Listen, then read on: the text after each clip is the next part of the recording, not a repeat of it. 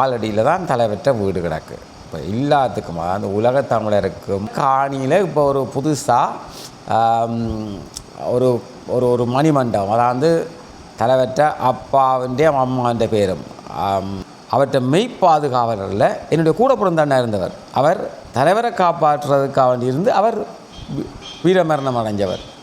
உங்களோட அம்மா அப்பாண்ட வீடு சினம் வந்து பார்க்கல, தலைவருக்கு தான் பார்க்குது. புரிஞ்சு கொள்ளுங்கோ, நீங்கள் ஒரு போராட்டத்தில் இல்லை. இப்படி கதைக்கிற கனவேரை கோவப்படலாம். தலைவர் இருந்தார், சந்தோஷப்படுவார். எனக்கு உரிமை கிடக்கு, நான் கதைக்கிறேன், நான் கதைப்பேன். தலைவர் வாழ்ந்த இடம், தலைவர்கிட்ட புகழப்பாடி அல்ல தலைவர் சுயசரிதையை வச்சு ஒரு கட்டடம் கட்டுங்கோ. நீங்கள் சொல்லலாம் பார்வதி அதாவது தலைவர்கிட்ட அக்காவுக்கு சீதனமாக தான் கொடுத்த வீடொழிய அதில் நீங்கள் அது தலைவரால் அப்போ உங்களுக்கு பேர் நீங்கள் இந்த நாட்டை விட்டு போலிக்கிட்டு கனகாலம் சரிங்களா? அந்த ஆளை தான் இந்த ஊருக்கே பெருமை. அந்த தன்னை குடும்பத்தை கொடுத்து அடிபட்டது. அந்த பேரை மழுங்கடிக்க நாங்கள் விட மாட்டோம். ஏற்கனவே வேறு இயக்கங்கள் இருந்தாக்கள். இப்போ அவையில் பக்கம் நான் இல்லை, உங்களுக்கு புரிஞ்சிருக்கு. தலைவரைத்தான் அதில் முன்னிறுத்தி செய்யணும். அதுக்கு அடுத்தது அம்மா அப்பா இல்லாமல் தலைவர் வரையில் தானே. அப்படி அப்பான வீடு வந்து பார்க்கல, பார்வதி அம்மான வீடு வந்து பார்க்கல, தலைவரை வீடு தான் பார்க்கேன். தலைவர் பிறந்து வளர்ந்தாண்டு அந்த மனுஷனுக்கு ஒன்றுமே இல்லை இந்த நாட்டில். அந்த அளவுக்கு ஒரு சொத்தும் இல்லை, ஒன்றுமே இல்லை. போடைக்க ஊராக்களினோட சண்டைக்கு வருவீங்கள், வாங்கோ. நீங்கள் நீ ஒவ்வொரு தரம் என்ன செய்தன்னு சொல்லுங்கோ. தலைவருக்கு இயக்கத்துக்கோ இந்த மண்ணுக்கோ என்ன செய்யணும்னு சொல்லுங்கோ. அவற்றை வரலாறு தான் நாங்கள் போட போகிறோம். உங்களுக்கு எதிராக நாங்கள் சண்டை படையலை. இப்போ சரி, அது இப்போ கொஞ்சம் காலம் பொறுங்கோ. அரசாங்கமே உங்களுக்கு ஆதரவு கொடுக்கும். இதை சேர்த்து உண்மையை சொல்ல போனால் 1 லட்சம் ஜனம் போச்சு சேர்ந்து நாட்கள் வைங்கோ. ஒரு தரம் ஒன்றும் செய்கிறார். மக்களே, இதொரு முக்கியமான ஒரு பதிவு. நீங்கள் எல்லாரும் கவனமாக இந்த விஷயத்தை கேளுங்கோ. ஒரு தரம் இதை பொது வழியில் கதைக்க பயப்பிடிக்கணுமோ அல்லது எங்களோட ஊர் ஆக்களுக்கு அது கதைக்க விருப்பம் இல்லையோ என்னென்னு தெரியல.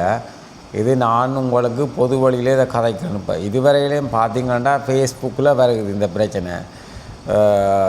லைட்டாக தான் வருது, அந்த கனவேர் போடு இல்லை. மற்றது எங்களோட ஊர் வாட்ஸ்அப் குரூப்புகளில் வருகுது இந்த நான் சொல்ல போகிற விஷயம்.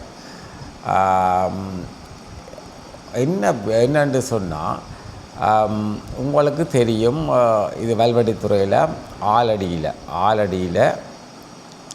ஆலடியில் தான் தலைவற்ற வீடு கிடக்கு. இப்போ எல்லாத்துக்கும் அந்த உலகத் தமிழருக்கும் தெரியும் தலைவற்ற வீடு வல்வெட்டித்துறையில் ஆலடியில் கிடக்குன்னு சொல்லி. ஆனால் இப்போ என்ன நடக்குதுன்னு சொன்னால்,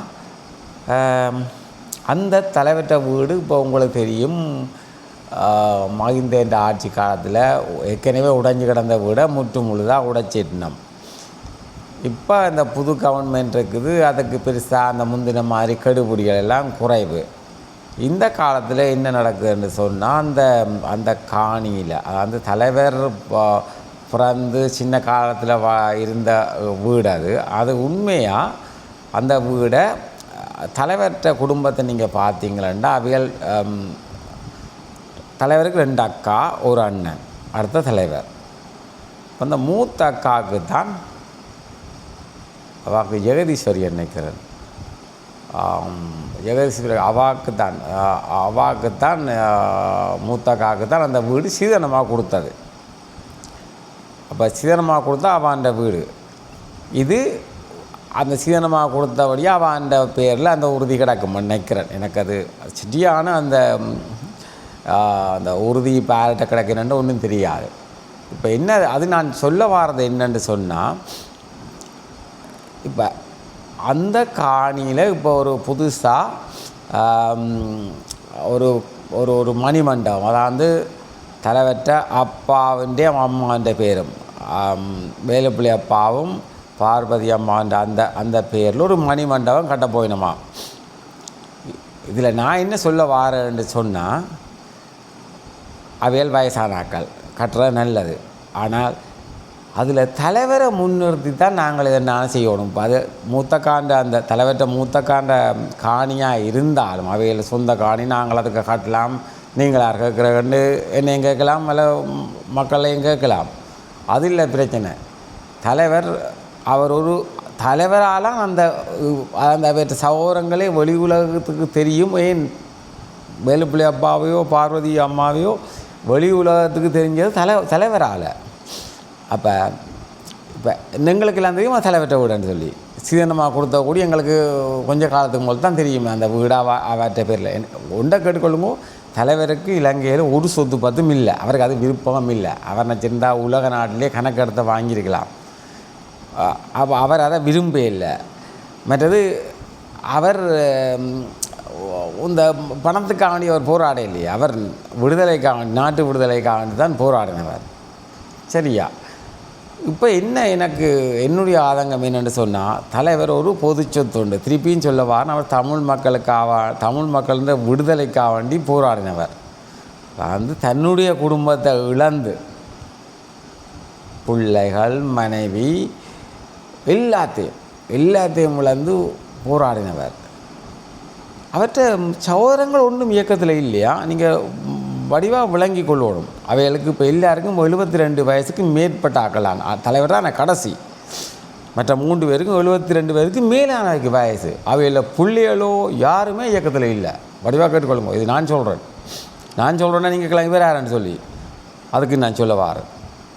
இப்போ தலைவர் போராட்டம் செய்யக்குள்ள அவற்றை மெய்ப்பாதுகாவலரில் என்னுடைய கூட பிறந்த இருந்தவர். அவர் தலைவரை காப்பாற்றுறதுக்காக வேண்டி இருந்து அவர் வீரமரணம் அடைஞ்சவர்.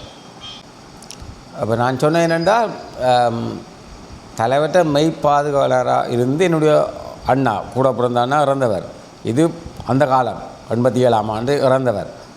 இப்போ என்ன பிரச்சனை என்று சொன்னால், அவரை காப்பாற்றுறதுக்காக வேண்டி அவர் இறந்தவர்.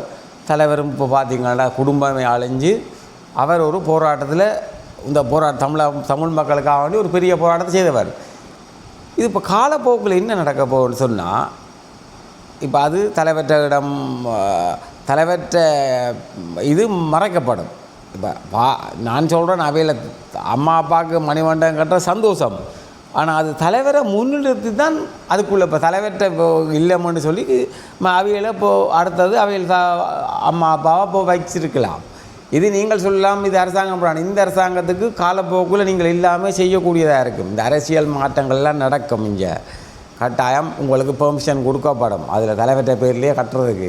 இப்போ ஏன் அவசரப்பட்டு நீங்கள் அதாவது வேலுப்பிள்ளை அப்பாவுக்கும் பார்வதி அம்மாவுக்கும் மணிமண்டபம் கட்டுறீர்கள்? நான் தலைவர்கிட்ட அக்காவுக்கு தான் சொல்கிறேன், உங்களுக்கு நீங்கள் இந்த காணி உங்களுக்கு விற்கணுமெண்டா தலைவர்கிட்ட பேரில் கட்டுறதுக்கு பொதுசனமாகிய நாங்கள் உங்கள்கிட்ட காசு கொடுத்து வாங்குகிறோம். அந்த காணியை வாங்கி நாங்கள் தலைவர்கிட்ட பேரில் கட்டுறோம். எங்களுக்கு அந்த காணி வேண்டாம். அது தலைவர்கிட்ட பேரில் அந்த இடமே கிடக்கு. சிங்கள ஜனமெல்லாம் பஸ்ஸில் தொகையான பஸ்ஸில் அந்த காணியை பார்த்து கொண்டு போயினோம். உங்களோட வீடுண்டோ அல்லது உங்களோட அம்மா அப்பாண்ட வீடுண்டோ சினம் பார்க்கல, தலைவருக்குண்டான்னு பார்க்குது. புரிஞ்சு கொள்ளுங்கோ. நீங்கள் ஒருத்தரும் போராட்டத்தில் இல்லை. இப்படி கதைக்கிற கனவேரை கோவப்படலாம். தலைவர் இருந்தார், சந்தோஷப்படுவார். இவன் இந்த தம்பி தனக்காக வேண்டி கதைக்கிறாண்டு. தலைவர் உங்களை ஒரு தடவை நீங்கள் போராட்டத்தில் இல்லையே. இப்படி இது கதைக்கிற கனவேரோட சண்டைக்கு வரைக்கும் வாங்கோ. நீங்கள் உண்மையாக கதைக்கிறதுக்கு நான் பயப்பட மாட்டேன்.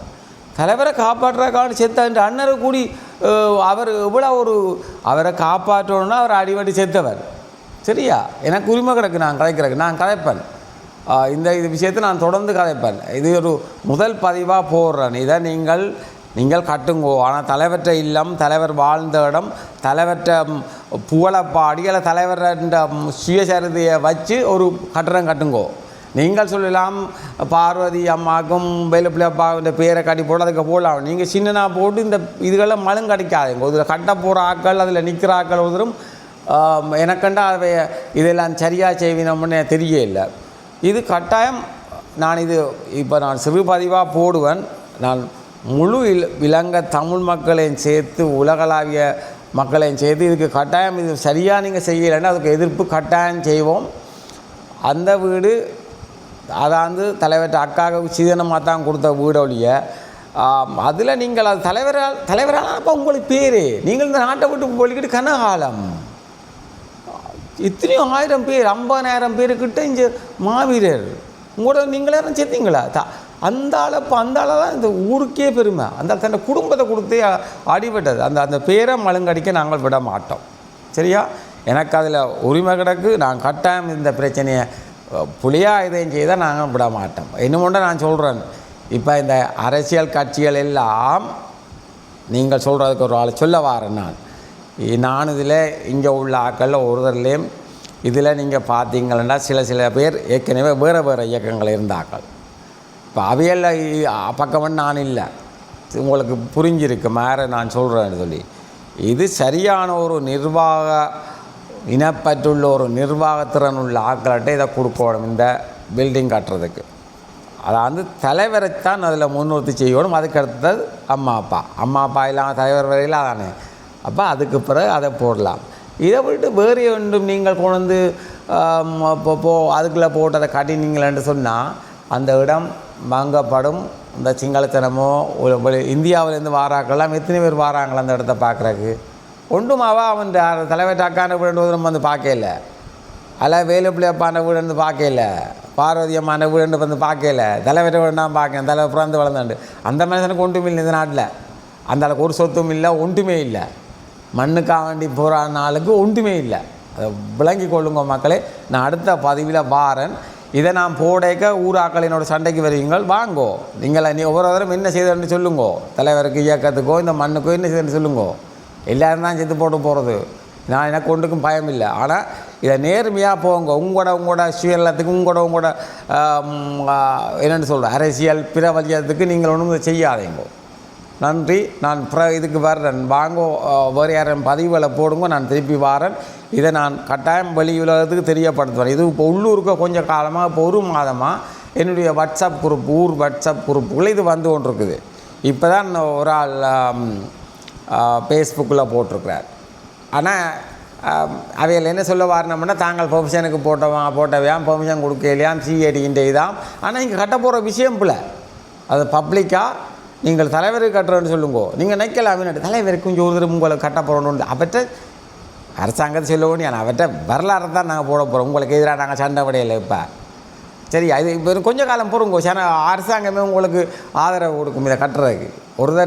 ஒரு நேர்மையான ஒரு ஆளில் வரலாறை சொல்கிறதுக்கு எந்த அரசாங்கமோ ஒன்று பேர் தடை போடுறதுக்கு இல்லை. அவர் தலைவர் ஒன்றும் ஒரு சொத்து பத்தை சுரண்டி சாப்பிடாத ஆள் ஒன்றுமே செய்யலை. அவர் ஒரு விடுதலைக்கு அனுப்புவார், விடுதலை அதில் எல்லாம் நடக்கும். குண்டு வெடிப்புகள் நடக்கும், அதெல்லாம் நடந்து முடிஞ்சுது.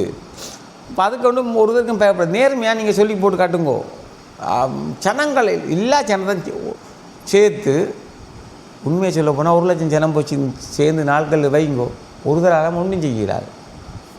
சரி, நான் புற கதைக்கிறேன். நான் சரியான கோவத்தில் நிற்கிறேன். இப்போ 6 கொஞ்சம் கொஞ்சமாக கதைக்கிறேன்.